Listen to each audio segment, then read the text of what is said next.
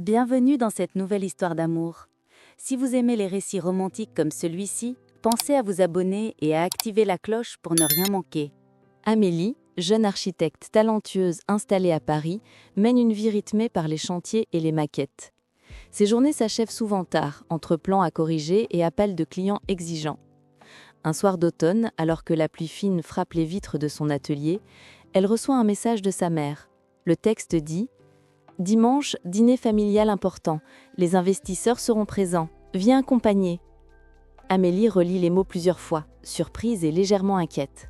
Depuis des mois, elle a choisi de se consacrer uniquement à son travail, repoussant toute idée de couple. Elle soupire, sachant que sa mère espère l'avoir engagée dans une relation stable. La perspective d'affronter les questions insistantes de la famille lui paraît épuisante. Pourtant, elle ne peut décliner l'invitation, par respect et par affection. Le lendemain matin, Amélie marche dans les rues animées du Marais pour se changer les idées. L'air frais d'octobre transporte l'odeur des boulangeries et des feuilles humides. C'est là qu'elle croise André, son ami d'enfance, qu'elle n'a pas vu depuis plusieurs années. André, photographe de mode, revient d'un voyage à Milan, l'appareil photo en bandoulière. Il s'arrête au coin d'un café, partage un sourire surpris et un café brûlant. La conversation glisse vite vers les souvenirs d'école, les escapades en vélo et les rires partagés. Amélie finit par confier son dilemme du dîner familial. Elle explique la pression de sa mère et l'embarras d'arriver seule devant des invités influents. André écoute attentivement, le regard pétillant d'amusement. Puis, d'un ton mi-sérieux, il propose « Et si je jouais ton fiancé le temps d'une soirée ?» Amélie éclate de rire, croyant à une plaisanterie, mais André maintient son sourire confiant. « Nous nous connaissons depuis l'enfance, personne ne doutera de notre complicité », ajoute-t-il calmement. L'idée paraît folle, mais une part d'Amélie y voit une solution élégante. Ils évoquent les détails, construisent une petite histoire crédible autour d'un coup de foudre récent. La légèreté de la préparation les rapproche plus qu'ils ne l'avaient imaginé. Le dimanche arrive plus vite que prévu. Amélie enfile une robe bleu nuit, son cœur battant d'un rythme inhabituel. André, vêtu d'un sous-cime sobre mais élégant, l'attend devant l'immeuble familial. Leurs regards s'accrochent un instant comme pour sceller un pacte silencieux. Dès l'entrée, la maison embaume de la cannelle et du pain chaud. Les parents d'Amélie accueillent André avec une chaleur immédiate. Les convives, curieux, observent le nouveau venu avec des sourires approbateurs.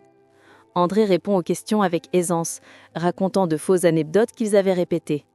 Amélie, d'abord nerveuse, se prend à rire sincèrement à ses improvisations. Au fil du repas, leurs mains se frôlent, le regard se croise plus souvent qu'exigé par le rôle. Chaque geste complice semble étrangement naturel, comme s'il ne s'agissait plus d'un jeu. Amélie sent un frisson discret lorsqu'André pose une main légère sur son épaule. Leur sourire échangé porte un éclat qu'aucun des deux n'ose nommer. Sous la façade d'un mensonge bienveillant, quelque chose de plus profond commence à naître. Les jours qui suivent le dîner familial s'ouvrent sur un Paris clair et froid. Amélie se réveille chaque matin avec un mélange d'excitation et d'appréhension. Ce qui devait être une simple comédie commence à occuper ses pensées bien au-delà du raisonnable. Elle se souvient du regard d'André, de la chaleur de sa main posée sur la sienne. Chaque détail de la soirée revient comme une douce musique. Pourtant, elle répète intérieurement « Ce n'est qu'un jeu, rien de plus ». André, de son côté, envoie un message tôt le lundi. « Tes parents m'ont invité à l'exposition photo jeudi soir, on y va ensemble ?» Amélie hésite, puis répond simplement « Bien sûr, pourquoi pas ?» Ce nouveau rendez-vous n'était pas prévu dans leur scénario. Pourtant, l'idée de le revoir lui arrache un sourire inattendu. Le jeudi arrive, accompagné d'un ciel gris-perle. André attend devant la galerie, appareil photo autour du cou, écharpe de laine sombre. Lorsqu'Amélie approche, il la salue d'un regard lumineux qui chasse la froideur de l'air. À l'intérieur, les clichés en noir et blanc suspendus au plafond créent une atmosphère presque intime. Ils marchent lentement, commentant les ombres, les perspectives, les visages figés par la lumière.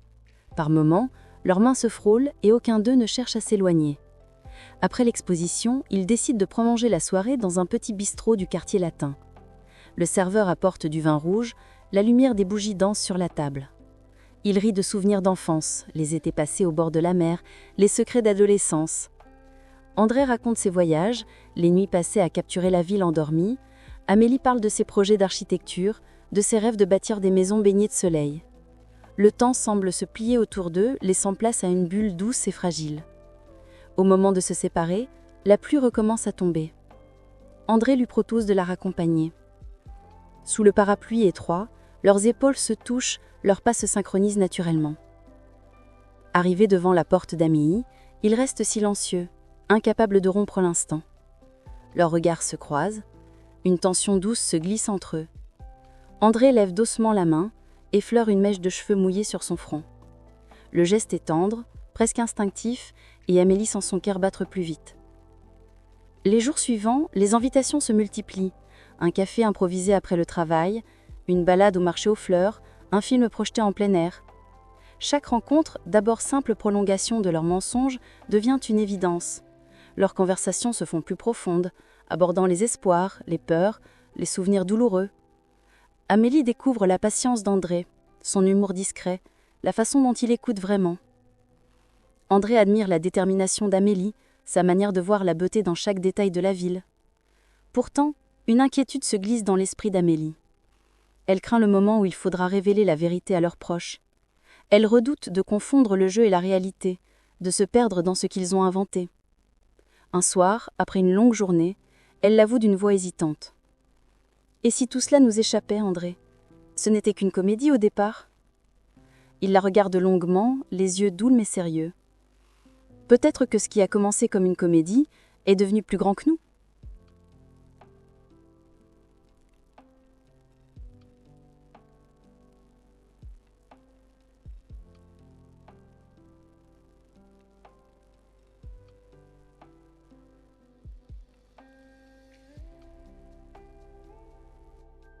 Le matin se lève sur un ciel d'un bleu pâle, et Amélie ouvre les yeux avec un sentiment nouveau. Plus aucun doute n'occupe son esprit. Ce qui les unit dépasse largement leur premier accord. Le parfum du café emplit son appartement, tandis qu'elle relit un message d'André reçu à l'aube. « Ce soir, je voudrais qu'on parle de nous, vraiment. » Ces mots simples suffisent à accélérer son cœur. Toute la journée, Amélie travaille sur un projet ambitieux, mais son esprit vagabonde. Les plans d'architecture se brouillent devant ses yeux, remplacés par l'image d'André. Elle se remémore leur promenade sous la pluie, leur rire étouffé dans les galeries d'art. Elle comprend qu'elle n'a plus peur de ce qu'ils vivent, même si cela a commencé comme un mensonge. Au crépuscule, Paris se teinte d'orange et de rose. André l'attend au bord de la Seine, son appareil photo pendu à épaules. La lumière du soir se reflète dans ses yeux, créant une lueur chaleureuse. Lorsqu'Amélie s'approche, il l'accueille d'un sourire qui dit plus que 1000 phrases. Ils marchent côte à côte, le bruit de l'eau accompagnant leur silence. Enfin, André s'arrête près d'un vieux pont de pierre. Il pose doucement la main sur celle d'Amélie, cherchant ses mots. « Je n'ai plus envie de jouer, Amélie. Ce rôle, c'est devenu ma vérité. » Sa voix tremble légèrement, mais son regard est ferme. Amélie sent une chaleur envahir sa poitrine, un mélange de soulagement et d'émotion. Elle répond à mi-voix. « Moi non plus, j'ai cessé de faire semblant depuis longtemps. » Leur premier vrai baiser naît dans la lumière douce du soir. Ni précipité, ni timide, il a la force tranquille de l'évidence. Les bruits de la ville s'effacent, remplacés par le battement régulier de leur cœur. Les semaines qui suivent scellent cette nouvelle histoire. Amélie présente André à ses amis, cette fois sans masque ni scénario. La mère d'Amélie, loin de se sentir trompée, sourit avec tendresse. « Je l'avais deviné », glisse-t-elle en lui serrant la main. Ensemble, Amélie et André entreprennent de petits voyages. À Lisbonne, ils déambulent dans les ruelles colorées, rient au sommet des collines. À Rome, ils se perdent volontairement dans le dédale des places et des fontaines. Chaque ville devient une toile vivante où leurs souvenirs s'inscrivent. Peu à peu, leurs univers créatifs se rejoignent. André photographie les maisons qu'Amélie dessine, capturant la lumière sur les lignes qu'elle imagine. Elle admire son œil attentif, lui trouve une patience rare et un sens aigu du détail. Ils se découvrent partenaires dans l'art comme dans la vie. Un soir, alors qu'ils contemplent la mer depuis une falaise, André sort un petit carnet. À l'intérieur, des clichés d'eux pris en secret au fil des semaines. « Ma plus belle série, c'est nous », dit-il en la serrant contre lui. Amélie ferme les yeux, savourant ce moment suspendu. Ce qui avait commencé comme un simple arrangement familial s'est transformé dans une vérité lumineuse. Le faux fiancé est devenu de l'amour véritable, celui qui ne se cache plus. Leur histoire prouve qu'un mensonge bienveillant peut parfois révéler la plus profonde des réalités. Merci d'avoir suivi cette histoire jusqu'au bout. Si ce récit vous a touché, abonnez-vous et activez la cloche pour découvrir nos prochaines romances.